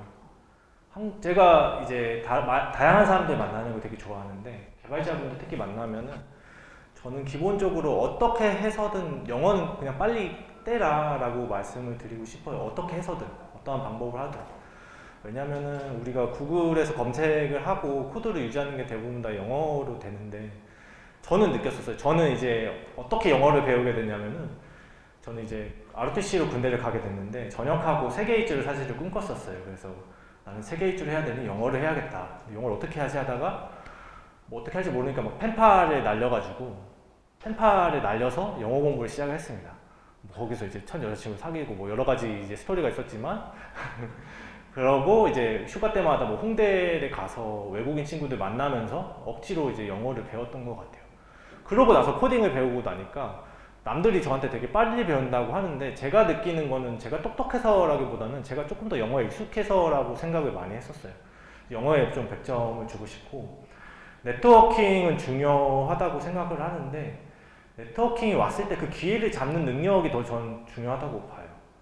그러니까 오늘 우리가 이렇게 만난 것도 있을 거고 아니면 되게 그쵸. 그러니까 친구가 저한테 논문을 쓰라고 물어봤을 때 누군가는 거절을 했을 수도 있을 거고 누구는 되게 부담을 가지고 있을 거고 그런 게 있을 텐데 저는 그거에 대해서 후회를 많이 해본 적이 있어서 일단 하겠다라고 많이 하는데 그래서 네트워킹을 하는 건 중요하지만 그거를 잡는 능력을 키우는 거 그냥 그 철판 깔고 오케이 나 할게 라고 하는 게 좀 더 중요할 것 같고 그러다 보면은 되게 사람들 만나면서 많은 에너지를 얻게 되거든요. 저 상현님 오늘 이제 온라인으로만 만나서 처음 뵀는데 벌써 많은 에너지를 얻었어요. 이제 그러면서 더 열심히 하게 되는 것 같아요. 그러면은 그게 능력이 되지 않을까. 그래서 점수로 매기자면 영어는 무조건 100이고 네트워킹을 잡는 능력 50 그리고 개인적으로 할 수 있는 능력 50 뭐 이 정도로 주고 싶습니다. 안녕하세요. 네, 저 두 분 다 논문을 쓰실 때 조력자분들의 도움을 많이 받으셨을 것 같아요. 이제 처음 논문을 작성하는 사람들은 이게 여러 우여곡절이 많을 텐데 논문을 처음 쓸 때 필요한 피드백들이 무엇이 있는지 받으셨던 피드백들도 궁금합니다. 네, 이 부분은 제가 먼저 말씀을 드리자면 저도 어떻게 보면 저 같은 경우는 논문 쓸 때 그 역할이 딱 정해져 있었어요. 이제 딱 코딩이나 먼저 아이디어를 제안하는 거는 제가 먼저 다 진행을 하겠다가 정해져 있었고 결과물을 바탕으로 그거를 글로 옮기는 것도 사실 굉장히 중요하잖아요. 같은 결과도 어떻게 썰을 푸냐에 따라서 듣는 이가 굉장히 어떻게 보면 감동적으로 들을 수도 있는 거고 아니면 이거 별거 아니네 라고 들을 수 있는 것처럼 그 글에 대한 흐름의 코멘트를 굉장히 많이 받았었습니다. 그러니까 예를 들면 저는 이렇게 글을 썼지만 이걸 딱 들었을 때 듣는 이가 이해가 제대로 안 돼가 될 수도 있고 아니면 지금 이 글을 읽어봤을 때 그 전달하고 싶은 메시지가 어쨌든 피드백을 주시는 분께서 알고 있으니까 핵심은 이건데 너무 딴 길로 돌아가는 느낌이 든다 처럼 어떻게 보면 불필요한 표현들을 지워내는 역할을 좀 많이 해주셨고 특히나 글의 방향성을 잡아주는 데 많이 도움을 주셨던 것 같습니다. 어떤 흐름으로 그 작성을 해야 된다와 같은 그런 방향성에 큰 도움을 받았었습니다. 네. 저는 일단은 아까 말씀드렸듯이 뭔가를 배우는 것 자체에 바운더리가 없기 때문에 이것저것 많이 배우려고 많이 하거든요. 근데 항상 배울 때 가장 중요하게 생각하는 거는 최대한 정석대로 배우고 싶다 그런 게 있어요. 그래서 파이토치를 배우고 싶다 그러면은 진짜 동료분들한테 말하는데 일단 무조건 공식 가이드대로만 해라. 저는 엘라스틱 서치도 하고 있는데 공식 가이드만 봐라. 뭐 스택 오버플로우 말고 공식 가이드로 시작을 해라. 약간 그런 느낌이거든요. 논문을 쓸 때도 비슷했던 것 같아요. 책 같은 거 이제 검색해서 논문 쓰는 법 있잖아요. 그대로 하나씩 따라하면서 친구한테 계속 물어봤어요. 되게 걱정을 많이 했거든요. 말씀해준 것이 첫 논문이고 나는 이거 자체에서 만약에 내가 표절이 생긴다고 했을 경우에 내 책임도 있지만 내가 책임져야 되는 것도 있지만 친구한테 누를 끼게 될 거고 교수님한테 누를 끼게 될 거고 그런 걸 되게 조심스럽게 해서 정석대로 한 줄 한 줄 써가면서 뭐 예를 들면은 뭐 논문 책에 보면은 똑같은 문장을 쓰면 안 된다. 뭐 70% 이상의 문장이 겹치게 되면은 이거는 파라프레이징을 해야 된다. 친구가 똑같이 얘기했어요. 야, 70% 문장이 똑같은 것 같은데 우리 파라프레이징 해야 되지 않을까? 이런 식으로 하나하나 좀 조심스럽게 되게 접근을 했던 것 같고 그다음에 나중에 친구가 좀 귀찮아 하더라고요. 근데 뭐 어쨌든 그 귀찮은 과정을 무조건 거쳐야 된다고 보니까 그래서 약간 그런 정석을 밟으면서 그 궁금한 걸 무조건 해소하셔야 될 것 같아요. 왜냐하면 라고 했을 때 그 어를 해소 안 하면은 논문 다 쓰고 나서 액셉트도 할 거거든요. 계속 할 거거든요. 그냥 그걸 최대한 해결하는 그런 느낌? 네. 고맙습니다. 그 다음, 네. 저도 회사에서 이제 AI 엔지니어와 리서처의 중간을 오고 가는 그리고 이미지 세그멘테이션, 디텍션 관련해서 이제 작업을 하고 있는데 되게 일단 강의 인상 깊게 들었고요. 제가 질문 드리고 싶은 거는 논문 이제 쓰실 때 여러 가지 어떤 도움이 되는 그런 것들이 있었을 것 같은데 어떤 주변 박사님들이나 혹은 어떤 권위자의 조언이 있을 수 있고 또 하나는 기존 논문들을 벤치마킹 하는 게 있을 수 있고 그다음에 어떤 책이나 어떤 교육 같은 것도 있을 수 있을 것 같아요. 근데 어떤 것이 가장 비중 있게 영향을 받았고 그리고 뭐 책이나 어떤 교육 자료 같은 게 있다면 뭐 구체적으로 추천해 주실 수 있는 게 있다면 추천 부탁드리겠습니다. 네. 네네, 먼저 하시죠. 저 같은 경우를 먼저 말씀드리면은 저는 초해상도로 논문을 썼으니까 저는 페이퍼 위드 코드를 많이 참고하는데 그 전에 저는 대회를 설계를 했기 때문에 페이퍼 위드 코드를 많이 잘 알고 있었어요. 그래서 초해상도면은 벤치마크 하는 데이터가 있잖아요. 그래서 뭐 디브2K라는 좀 유명한 데이터가 있는데 그 검색을 하면은 이제 소타를 달성한 논문들이 이제 쭈루루 나오잖아요. 그거를 그냥 다 다운받아가지고 모든 논문을 다 봤던 것 같아요. 그러면은 거기서부터 이제 시작을 해서 약간 연도별로 보면 약간 살짝 흐름이 보이거든요. 그럼 그 흐름에 걸려있는 사이테이션들의 논문들을 또 펼쳐가면서 좀 그런 식으로 늘리는 방향을 하다 보면 사실 그거 다 봐도 논문 쓰는 시간이 부족할 거 정도로 굉장히 그 흐름이 잘 돼 있고 그리고 꼭 그 하나 또 참고하는 거는 슈퍼 레졸루션이면은 슈퍼 레졸루션에 대한 서머리 논문이 있거든요. 그거는 무조건 참고를 많이 했었습니다. 저 같은 경우는 아까 말씀해 주셨던 페이퍼 스윗 코드를 항상 보거든요. 어쨌든 지금 제일 잘 되고 있는 논문이 뭔지가 제일 중요하기 때문에 그런 걸 항상 보는 편이고 아까 말씀드린 것처럼 제가 평소에 불편하다고 느끼는 것들을 최대한 프로그래밍으로 해결할 수 있는 요소들을 많이 고민을 하다 보니까 그런 고민을 했던 부분들 어찌 보면 서적이 크게 도움은 안 됐던 것 같아요. 물론 책을 평소에도 좋아하지만 대부분이 읽는 책들은 다 인문학 책들이 사실 많습니다. 아무래도 하다 보니까 사실 멘탈적으로도 이제 고민이 될 때도 있고 힘들 때도 있는데 그럴 때 이제 인문학 책이나 이런 자기계발 서적을 좀 봐서 전공책은 솔직히 추천드리고 싶다고 느끼는 책은 딱 떠오르지는 않고 외부에 공개되어 있는 페이퍼 스윗 코드나 이제 공개되어 있는 코드들을 사실 똑같이 한 번 더 내가 구현을 해서 공개된 것과 실제 논문에 기재된 성능과 내가 다시 재구현한 성능이 얼마나 잘 나오는지 그리고 다르다면 실제 공개된 코드 기준으로 왜 달랐는지 사실 디테일하게 정말 꼼꼼하게 보는 과정에서 성장이 굉장히 컸었고요. 글을 쓰는 과정에서 조언이 가장 컸던 도움은 아무래도 가장 가까웠던 그 박사님들, 실제로 도움을 주셨던 분들의 그런 논문의 방향을 잡아주시는 부분들 그 부분에 사실 가장 큰 도움을 받았었습니다. 정리해보면 구현 관련된 거는 페이퍼 스윗 코드와 다시 리프로덕션을 하는 그 연습 과정이 가장 큰 도움이 됐고 라이팅에서는 그 박사님들 조언, 방향을 잡아주시는 부분이 가장 큰 도움이 됐었습니다.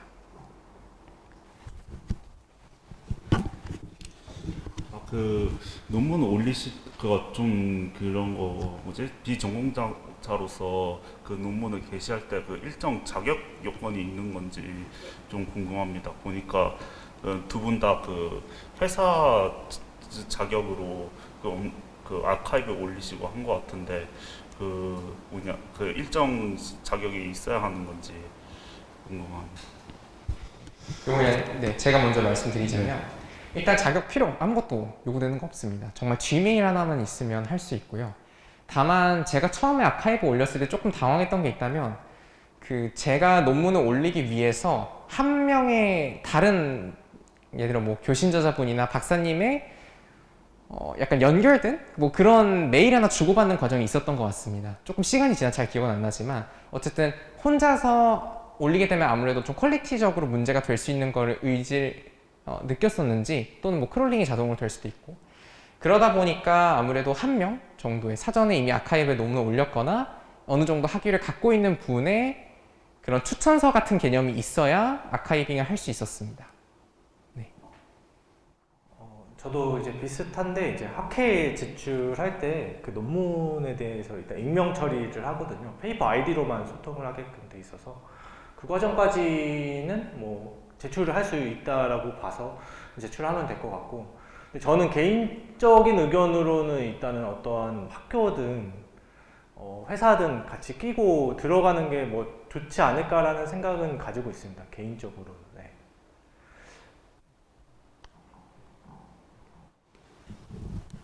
네, 그 다음 질문 또 있을까요? 네, 발표 너무 잘 들었고요. 두 분 다 현업에서 있으시면서 논문을 쓰신 케이스시잖아요. 그래서 아까 저는 의지님한테 AI 튜터를 1등급 만들어줘 라고 하는 그 케이스가 논문을 또 작성을 하시면서 얼마나 기여를 하셨는지 그 프로젝트에 대한 것들도 좀 궁금하기도 했고요. 상현님한테도 같이 이렇게 또 프로젝트 기반으로 해서 현재 현업에 종사하고 계시는 게 두 분 다 논문을 작성하시고 현재 하고 계시는 프로젝트의 그런 기여나 그런 상황도 얼마나 또 같이 도움이 되셨는지 이런 것들도 궁금합니다. 저는 일단은 그런 것 때문에 사실은 회사에서 돈 내서 보내달라고 좀 주장을 했고요. 왜냐면은 신사업부다 보니까 대부분 다 이제 석박사가 아니고 학사이신 AI 분들이 와가지고 다 저랑 비슷한 상황이었어요. 논문을 쓰는 게 어떤 건지에 대해서 하고 싶지만 막연한 느낌?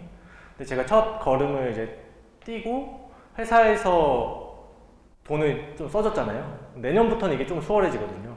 계속 얘기하고 있어요. 논문 써라. 쓰면 보내줄 거다. 우리 회사는. 학회를 보내줄 거다. 회사 돈으로. 내가 회사 돈을 가보니까 너무 좋다. 뭐 이런 식으로.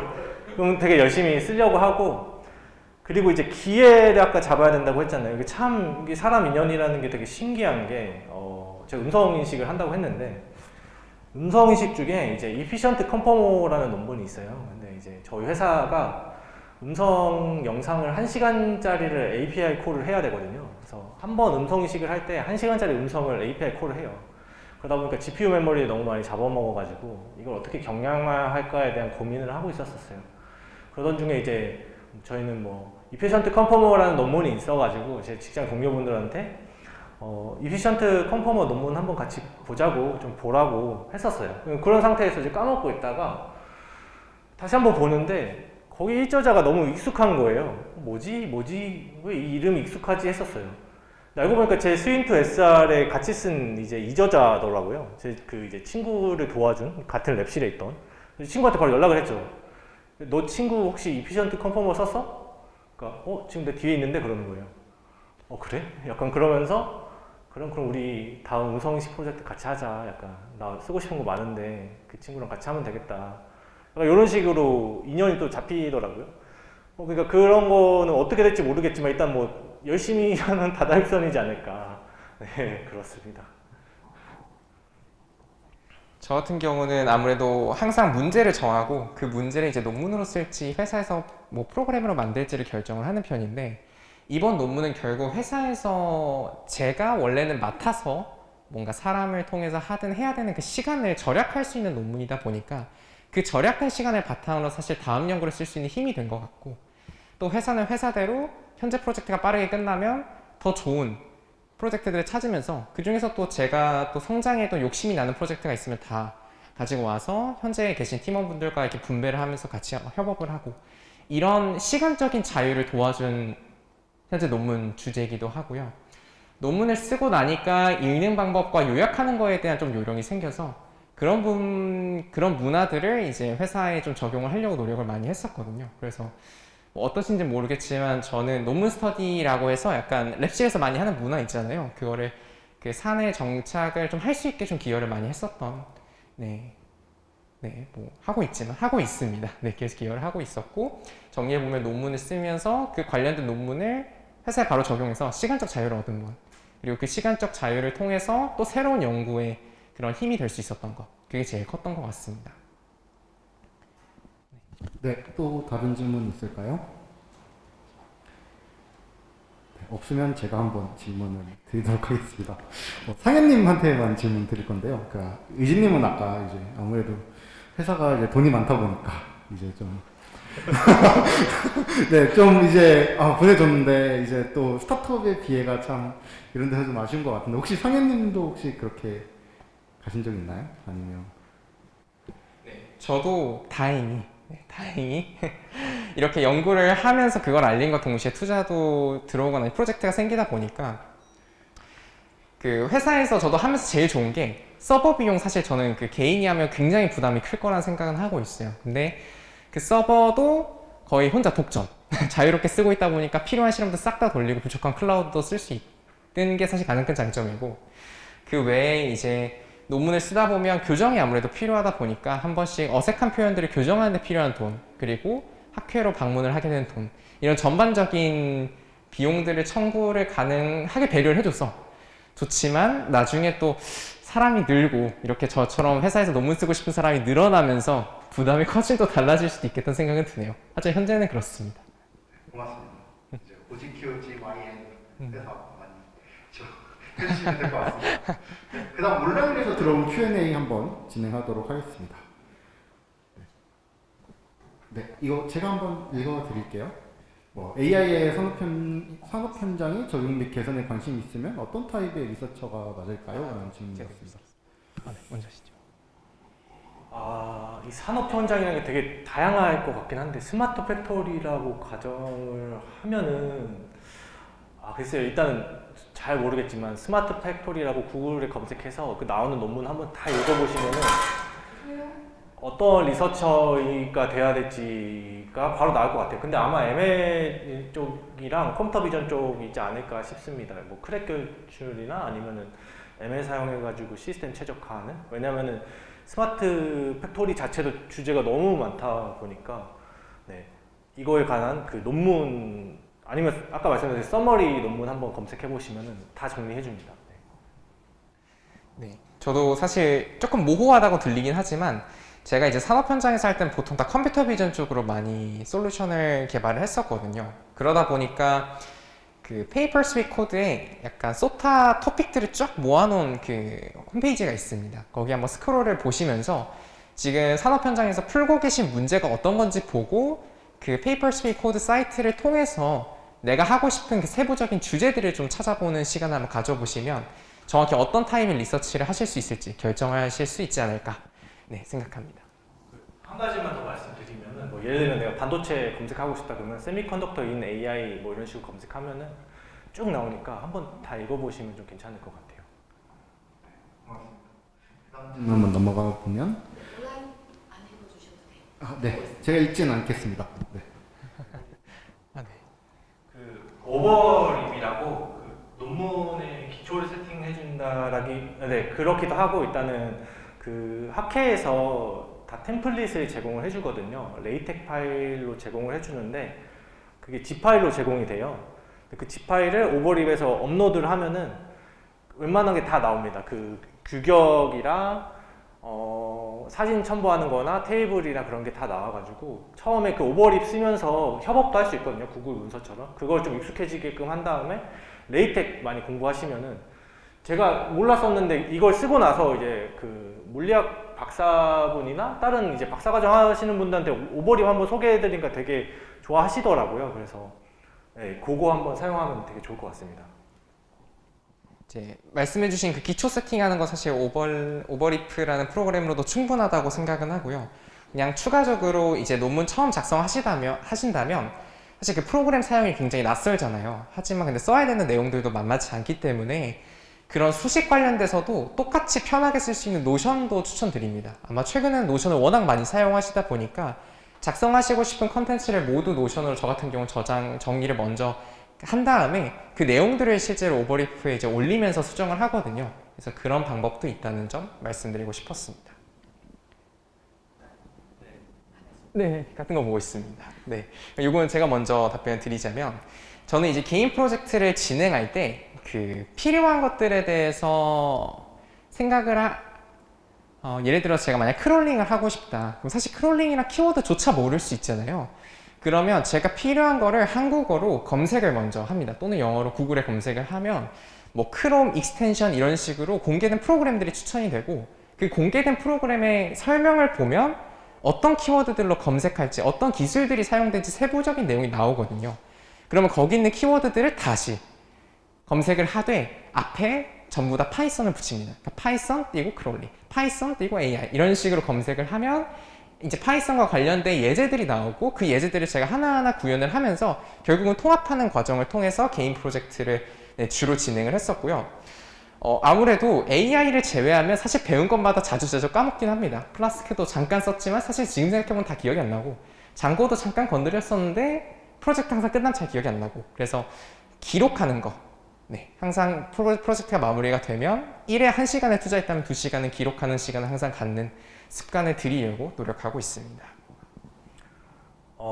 저는 일단 프로젝트를 선정을 할 때 첫 번째로 아까 계속 말씀드렸지만 서머리 논문을 통해서 간략하게 흐름을 보고 코드를 봐야 되잖아요. 코드를 볼 때 주로 GitHub 스타 많은 거라 이 프로젝트를 만들기 위해서 이 사람이 얼마나 고민을 했는지 좀 많이 보는 것 같아요. 그러니까 뭐 예를 들면은 그 코드를 보게 되면 대략적으로 느낌이 오잖아요. 일단 뭐 내가 하고 싶은 프로젝트가 있는데 뭐 예를 들어 오브젝트 디텍션을 하고 싶다 그러면은 뭐 MN 디텍션이라는 되게 유명한 툴이 있는데 MN 디텍션을 읽어보면은 일단 다큐멘트가 되게 잘 돼 있어요. 그 다큐멘트를 정석적으로 따를 수 있기 때문에 그거를 시작하게끔 되고 뭐 예전에는 디텍트론 툴 같은 게 있었는데 그거 자체는 좀 어려웠었던 것 같아요. 제가 느끼기에 어려웠던 거는 조금 피하고 뭐 대신에 일단 한 번은 무조건 구현을 해봤습니다. 그래서 디텍트론 해보고 MN 디텍션 해보고 다른 디텍션 툴 해보고 그렇게 그냥 약간 좀 무식하게 다 했던 것 같아요. 그거 다 하고 나면은 아 MN 디텍션이 참 잘 만들었구나가 느껴지거든요. 그게 하나하나 쌓이다 보면은 이 사람 참 고민 많이 해서 코드를 짰구나가 좀 느껴지는 프로젝트들이 있어요. 그래서 그런 걸 많이 가져와서 쓰려고 많이 좀 노력을 했던 것 같습니다. 근데 전제는 좀 일단은 무식하게 다 서치를 하는 약간 그리드 서치 느낌으로 다 한다. 약간 그런 느낌입니다. 한 가지가 더 떠올라서 그 실제로 어떻게 제가 보통 진행을 했었냐면 처음 이제 예를 들어 코드 같은 걸 찾았다라고 만약 가정을 해보면 검색하는 건 사실 워낙 계속 말씀 많이 드렸다 보니까 저희가 원하는 결과를 찾았어요. 근데 코드를 보니까 이해가 안 돼요. 그러면 그냥 코드를 사실 라인 바이 라인으로 뭐 복붙을 하든 타이핑을 하든 하고 중간중간 어떻게 나오는지를 사실 세부적으로 다 봤던 것 같아요. 왜냐하면 사람마다 같은 결과물이어도 과정이 다 다르다 보니까 이 사람은 어떤 의도로 어떻게 과정을 만들었는지를 사실 세부적으로 하나하나 다 뜯어봤던 것 같고 이해가 안 되는 게 하나라도 있다면 넘어가지 않았습니다. 그래서 사실 저도 기도는 하지만 코딩을 할 때 제가 모르고 있는 한 동작하지 않는다라는 마음으로 모든 코드를 하나하나 봤던 게 사실 큰 도움이 되지 않았을까 싶습니다. 다음 질문 가시죠.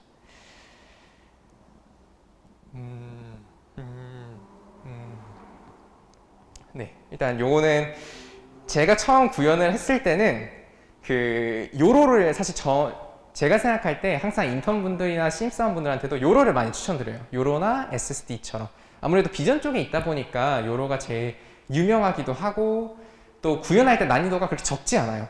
그러니까 처음부터 요로를 구현하려고 생각하면 생각보다 쉽지 않거든요. 코딩적인 지식도 많이 요구하고. 그래서 팁은 일단 사용하고 계신 라이브러리랑 맞아야 돼요. 아까 말씀드린 것처럼 제가 요로를 구현한다고 하면 나는 요로를 쓰고 난 파이썬을 할 줄 알고 뭐 파이썬 라이브러리 중에서 파이토치를 할 수 있다. 그러면 파이토치와 요로와 파이썬이 함께 들어간 키워드의 GitHub을 찾아서 스타가 많은 걸로 일단 하나를 찾습니다. 그리고 다 읽어봐요. 그 다음에 논문을 보고 뭐 비슷하게 따라하든 제 스타일로 어떻게든 변형을 하려고 시도를 해보면서 이제 제가 작성한 똑같은 라이브러리와 똑같은 조건을 갖는 코드를 돌렸을 때 성능 결과와 그리고 공개된 GitHub의 성능 결과를 계속 비교하면서 조금이라도 다른 부분이 있다면 그 다른 게 왜 다른지에 대해서 꼼꼼히 봤던 게 가장 크게 도움이 됐던 것 같습니다. 그래서 내가 만들고 싶은 프로젝트의 목표를 찾기. 네, 그게 제 팁입니다. 저도 비슷한데 일단은 뭐 NLP를 예를 들면 어텐션 리즈, 올리언 리즈가 가장 기본이 된 논문이고 트랜스포머도 기본이잖아요. 그만큼 자료가 되게 잘 돼 있어요. 그 자료가 잘 돼 있는 것들을 기준으로 무조건 처음에 시도를 하는 게 좀 좋다고 생각이 되고, 요건 조금 논외일 수도 있겠지만 혼자 하면 어려워요 되게. 그래서 혼자 하지 않을 상황을 좀 많이 만들면 좋을 것 같습니다. 저도 초회상도 저번 주에 발표했지만 논문 쓰면서 공부했고 발표하면서 공부를 했었어요. 그 시간이 압박이 오다 보니까 어쩔 수 없이 공부가 되더라고요. 그래서 이런 논문 구현을 같이 할 수 있는 사람을 찾는 게, 스터디를 찾고 억지로 가서 내가 발표를 하는 게 하다 보면은 무조건적으로 잘 될 것 같습니다. 네, 다음 질문 같은 경우는 우선은 제가 코드로 구현할 때 가장 중요하게 느끼는 부분은 이제 흐름입니다. 그러니까 논문에서 언급하는 게 사실 어쨌든 구현 흐름이랑 굉장히 비슷한 경우가 많거든요. 그래서 논문의 메서드 파트에서 설명하고 있는 수식들의 순서대로 어느 정도 코드가 좀 반영이 되어 있는가, 그거를 사실 굉장히 중점적으로 보고, 수식적인 부분은 지금은 워낙 많이 보다 보니까 이해해서 구현하는 게 많긴 하지만 초기에는 이해가 안 돼도 그냥 똑같은 수식을 그대로 구현하려고 많이 노력을 했었어요. 일단 구현을 하고 그냥 똑같은 코드 맞춰서 돌렸는데 왜 성능이 다르지? 그러면 원래 코드랑 뭐가 다르지? 이런 것들을 보면서 봤었고, 이때 한 가지 더 넣은 게 있었다면, 그 논문에 사실 수식이 정해져 있는데 그거를 그대로 쓰는 분들보다 똑같은 결과값이 나오는데 더 효율적인 거를 바꿔 쓰는 분들도 되게 많거든요. 그래서 이렇게 바꿔도 똑같은 동작을 하는구나, 또는 같은 결과물이지만 다르게 다르게 코드를 바꾸기도 하는구나, 이런 것들을 좀 많이 봤던 것 같습니다. 그래서 코드로 구현된 거를 베이스라인으로 참고를 하지만 큰 맥락만 보고 디테일한 거는 거의 참고를 안 했었습니다. 당시에 구현할 때. 그래서 이러이러한 흐름으로 구현했네, 그럼 나도 대충 이런 흐름으로 따라가서 먼저 구현을 해보고 그 다음에 어떤 게 다른지를 결과물 기반으로 비교하면서 봤었습니다. 아무래도 베이스라인에 너무 의존하면 새로운 걸 못하게 되더라고요. 그런 걸 사실 옛날부터 많이 느꼈었기 때문에 먼저 하고 혼자 하다가 안 되면 찾아보고 그런 식으로 진행을 했었습니다. 저 같은 경우에는 목적이 먼저 중요하다고 보는데, 개인 스터디를 위해서라면은 한 땀 한 땀 임플레멘테이션 하면서 작동하는지 확인하고 뭐 랜덤한 텐서 넣어가지고 그 텐서가 나오는지 확인하는 게 좀 중요할 것 같고, 만약에 논문 써야 되는 입장이다라고 하면은 리프로덕션이 가능한지 확인하는 게 조금 되게 중요할 것 같고, 사실은 이 질문 자체가 되게 어려운 질문인 것 같아요. 그러니까 논문을 코드로 구현한다는 것 자체는 이미 시작한 순간 빠져나갈 수가 없어요. 그러니까 논문을 코드로 구현하는 거를 끝났다고 했을 때 내가 이거를 이제 수식을 이해를 못하든 코드를 이해를 못하든 그렇게 되게 되면 결국엔 다시 돌아와야 되거든요. 그러니까 어텐션에 대해서 논문을 구현한다고 했을 때 수식을 이해 못하든지 아니면 코드를 이해 못한다든지 그러면 계속 발목 잡히게 될 거예요, 언젠가는. 그렇기 때문에 계속 다시 돌아와야 되기 때문에 이해하는 거 그냥 내 머릿속으로 다 이해될 때까지는 해야 되지 않을까라고 생각을 하고 있지만 저도 잘 못합니다, 그렇게는. 계속 얘기가 길어지는 것 같아 죄송하지만 저는 이렇게 썼습니다. 처음에 수식이 정말 이해가 안 될 때는 10편을 구현을 했어요. 10편의 GitHub을 딱딱딱 올려서 해보면서 첫 번째 논문 구현하는데 실패를 했어요. 뭔가 결과가 안 나오는데 수식도 이해가 안 돼요. 그냥 두 번째 논문이 편하게 했고요. 두 번째 논문 구현하다가 됐어요. 그러면 그거 잘 마무리하고 세 번째 논문 구현하고 하다가 이제 어느 정도 돌다가 이제 나 1번 수식 뭔가 이해할 수 있을 것 같아. 그럴 때 다시 1번으로 돌아오는 식으로 했었기 때문에 만약에 수식적인 부분이 좀 잘 이해가 안 된다면 그냥 자연스럽게 다시 돌아오면 이해가 될 때도 사실 많더라고요. 수식이 다 새로운 수식만 쓰진 않기 때문에. 그래서 너무 하나의 논문에 발목이 잡히시지 마시고 논문 구현하다가 코드 구현이 막히면 그냥 다른 걸로 넘어가는 걸 추천을 드립니다. 그리고 다시 돌아오면 또 되니까요. 시간이 있으니까. 다음 질문 가겠습니다.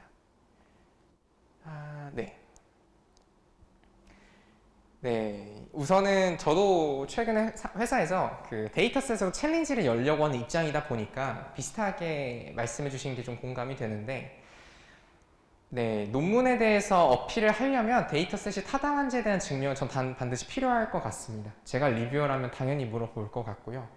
왜냐하면 너무나도 잘 알고 계시겠지만 제가 생각하는 AI 스타트업에서 사실 99%, 98% 이런 수치를 얘기하는 건 큰 의미가 없다고 생각해요. 테스트셋에 대한 객관적인 검증이 안 되기 때문에.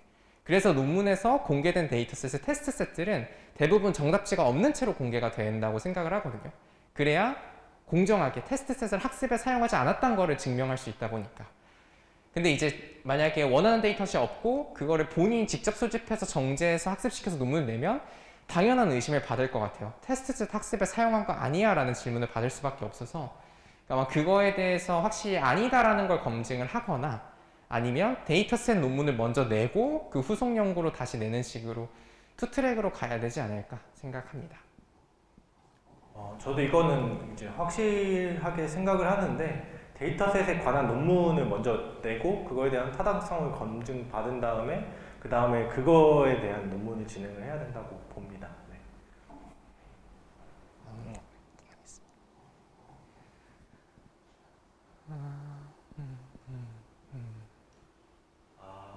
저도 비슷한 경우를 되게 많이 겪게 되는데 이것도 상황에 따라 다를 것 같아요. 개인이 공부하는 입장에서 만약에 이게 누가 구현한 코드를 봐서 이해가 됐다 그러면 저는 뭐 이해했네 라고 넘어갈 수 있을 것 같아요. 그래서 이게 이렇게 돌아가는구나가 이해가 되면은 또 언젠가는 그 원래 논문의 코드를 맞닥뜨리게 되거든요. 그때 또 다시 한번 시도하고 하다 보면 또 이해가 되지 않을까 싶습니다. 네, 저도 비슷한 경험이 많아서 사실 공감이 좀 많이 되는데요. 수식은 이해가 안 돼도 코드는 이해가 됐었어요. 왜냐하면 코드가 훨씬 더 친했으니까. 코딩을 훨씬 더 많이 했었기 때문에. 하지만 너무 조급해하실 필요는 없으신 것 같습니다. 제 나름의 경험으로는 그렇게 맞아도 그렇게 진행하셔도 전혀 문제가 없다고 생각해요. 그냥 공개된 코드 보고 수식이 잘 이해 안 되더라도 넘어가도 되는데 중요한 거는 어느 정도는 한 번씩 다시 보셨으면 좋겠어요. 그러니까 나는 수식으로 이해 안 되니까 코드만 볼 거야가 아니라 당장은 코드를 봤을 때 이해가 되지만 언젠가 수식을 다시 볼 거야 라는 마음으로 항상 관심을 놓진 않으셨으면 좋겠습니다.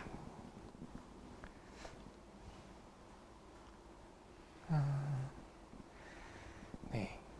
요거는 제 개인적인 생각은 최근에 이제 이런 비전공자 분들 대상으로 관련 강의를 많이 진행하고 인턴분들도 이제 성장하는 인턴분들과 아닌 분들을 보면서 느낀 거는 옛날은 모르겠는데 지금은 AI를 배우기 위해서 프로그래밍 스킬이 한 제 생각에 그래도 60-70은 있어야 된다 생각해요. 못해도 60-70%의 그러니까 파이썬으로 내가 원하는, 그러니까 내가 뭔가 생각을 한 게 있으면 그 생각한 거를 코드로 옮기는 게 어려움이 없어야 그 다음 스텝을 갈 수 있다고 생각해서 네, 프로그래밍은 정말 중요하다고 보고 특히나 앞으로 라이브러리 난이도는 점점 쉬워질 거기 때문에 네, 특히나 프로그래밍에 더 신경을 많이 써주셨으면 하는 네, 제 개인적인 생각이 있습니다. 저는 이거는 일단은 개인이 어떠한 방향으로 가고 싶은지에 대해서 먼저 설정을 해야 될 것 같아요. AI 리서처가 되겠다라고 하면은 대학원에 가고 대학원에서 계속해서 연구를 하겠다라고 하면은 제가 봤을 때 AI 관련된 코드만 어느 정도 하면서 프로그래밍 언어나 이제 개발 언어는 조금 비중은 적게 둬도 되지만 현업을 해야 되는 약간 AI 엔지니어의 입장이면은 이 개발이나 프로그램을 그냥 AI만 할 수 있는 회사를 갈 수 있는 것 자체가 되게 축복이라고 일단 생각하시면 될 것 같아요. 저도 이제 주변에서 되게 연락이 많이 오는데 같이 AI 했던 사람들인데 지금은 AI를 못한다라는 말이 많이 오고 있거든요. 리서처가 아닌 이상은. 그렇기 때문에 피해갈 수가 없고 저 같은 경우는 사실 요즘은 개발 80, AI 20 뭐 이 정도를 하고 있습니다. 네. 네, 저도 동의합니다. 실제로 하면서 느낀 게 사실 페이퍼가 보면 다 8장이 많잖아요. 컨퍼런스 특히 논문 같은 경우는. 그러다 보니까 핵심적인 아이디어는 한두 장 정도거든요. 그리고 그 한두 장을 코드로 구현하는 게 그렇게 많지 않아요. 그래서 제가 좀 많이 느끼는 거는 결국은 관련된 코드를 누가 빠르게 구현해서 문제점을 찾아낼 수 있는가. 그게 사실 중요한 것 같고 그런 걸 하기 위해서는 사실 개발 역량이 더 중요하다고 생각해서 아마 장기적으로는 더 리서처의 역량보다 개발 역량이 더 중요해지지 않을까 생각합니다.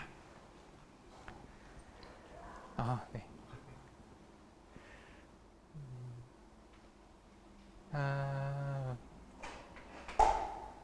네. 네, 저는 아까 말씀드린 것처럼 요로 계속 추천을 드리고 있는데 네, 요로 추천드립니다. 사실 처음에 요로 구현을 하면서 느낀 게 너무 많았었기 때문에 그 요로 V1 뭐 텐서플로우나 파이터치로 구현된 버전도 워낙 많다 보니까 그런 코드들 위주로 좀 보시면 도움이 많이 되시지 않을까 싶습니다. 네, 아무래도 비전할 때 제일 즐거웠던 게 눈에 보이는 결과가 되게 많더라고요. 그러다 보니까 내가 예상한 결과대로 나오는지 시각적으로 확인할 수 있었던 게 되게 매력적이었어서 네, 요로 추천드립니다. 저는 그 배우고 싶은 분야의 서머리 논문 검색하셔가지고 그거 하나하나 보시면서 예를 들어서 이미지 클래시피케이션을 한다고 하면 레지넷이 가장 기본이잖아요. 물론 그 전에 VGG나 그런 논문들도 있을 거지만 그런 거 하나하나 따라가면서 하다 보면은 되지 않을까 싶습니다. 네, 그래서 서머리 논문으로 전체 한번 보시고 그리고 그 페이퍼 위드 코드에서 되게 유명한 현재 소타 달성한 모델들 보시고 근데 소타는 좀 나중에 보는 게 좋을 것 같아요. 흐름상 보는 게 좋을 것 같아가지고 그런 느낌으로 좀 봐야 되지 않을까 싶습니다. 그치요. 늦은 시간 다들 고생 많으셨습니다. 네. 네. 네. 소감이요? 일단은 제가 슈퍼 레졸루션 발표할 때 5명이 오셨거든요, 오프라인으로. 그래서 역시 슈퍼 레졸루션은 어려운 분야가 맞구나. 이게 이론이나 수식이 들어가면 되게 발표하기가 서로 힘들구나. 약간 그런 느낌이 들었었는데 오늘은 조금 더 개인적인 느낌으로 얘기를 할 수 있는 기회가 생겨서 되게 좋고 아까 말씀드렸다시피 기회라는 게 어떻게 생길지 모르는 거잖아요. 그래서 나름 저는 제가 가지고 있는 긍정적인 에너지를 드리려고 많이 노력을 하고 있습니다. 파이팅! 예. 그러니까 다들 긍정적인 에너지 받아가시고 이 분야가 제가 생각할 땐 되게 좁아요. 그래서 어디선가 또 만날 것 같거든요. 그래서 만났을 때 그냥 편하게 인사해 주시면은 너무 감사하겠습니다. 네. 저도 확실히 논문 저번에 발표할 게 너무 어려운 내용이 사실 많았어서 제가 봐도 복잡한 게 좀 많았어서 좀 아쉬운 게 좀 있었는데 그래도 이번 발표는 정말 어떻게 성장했었는지 그런 거 사실 말할 기회가 많지는 않더라고요. 그래서 이번에 모두의 연구소를 통해서 최대한 다 말씀드리려고 많이 노력을 했었고 워낙 잘 들어주시다 보니까 네, 되게 뿌듯하고 좋은 시간이었던 것 같습니다. 네. 그래서 앞으로 화이팅 하시길 바라겠습니다.